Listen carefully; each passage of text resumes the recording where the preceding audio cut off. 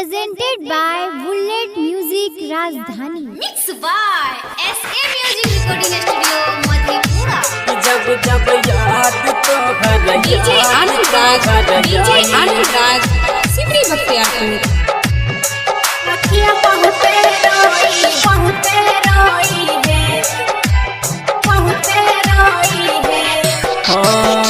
हंसवाली मैया छोड़ के जाइछो हमरा से दूरी, अखिया बहुते रोई है। हंसवाली मैया छोड़ के जाइछो हमरा से दूरी, अखिया बहुते रोई है। कि जब जब याद तो घर आई, अखिया बहुते रोई है। कि जब जब याद तो घर आई, अखिया बहुते रोई है। हंसवाली मैया छोड़ के जाइछो हमरा से दूरी, अखियाँ बहुत रोई है।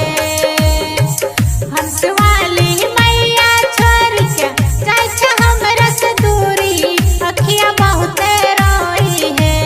जब जब याद तोहर आई मैया बहुत रोई है। जब जब याद तोहर आई अखियाँ बहुत रोई है। Presented by Bullet Music Rajdhani. याद तो घर आई, अखियाँ बहुत रोई। डीजे आनंद राज सिमरी बख्तियारपुर। साल भर पया बैठल हो बेटवा के दुआरी, के ना के करिया हे देवी तो हर विदाई,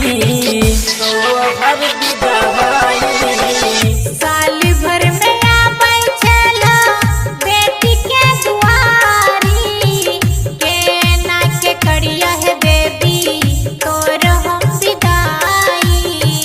किया तू लिया के मैया बेटवा से मुख मोरी, अखिया बहुते रोई है। किया तू लेला है मैया बेटिया से मुँह मोरी, अखियाँ बहुत रोई है। कि जब जब याद तो घर आई, अखिया बहुते रोई है। जब जब याद तोहर आई अखियाँ बहुत रोई है। जब जब याद तो घर आई,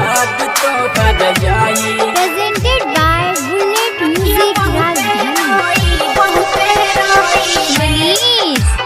Manish सिमरी बख्तियारपुर।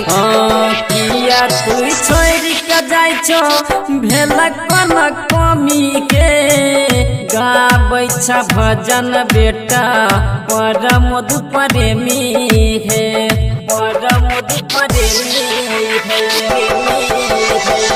किया छोड़ के जाय छे मैया भेल कोना कामी, गाबै छ भजन बेटी रूनी रानी।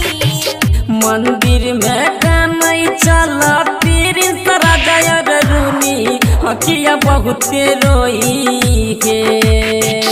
मंदिर में गाना चलो प्रिंस और आनंद, अखियाँ बहुत रोई हो।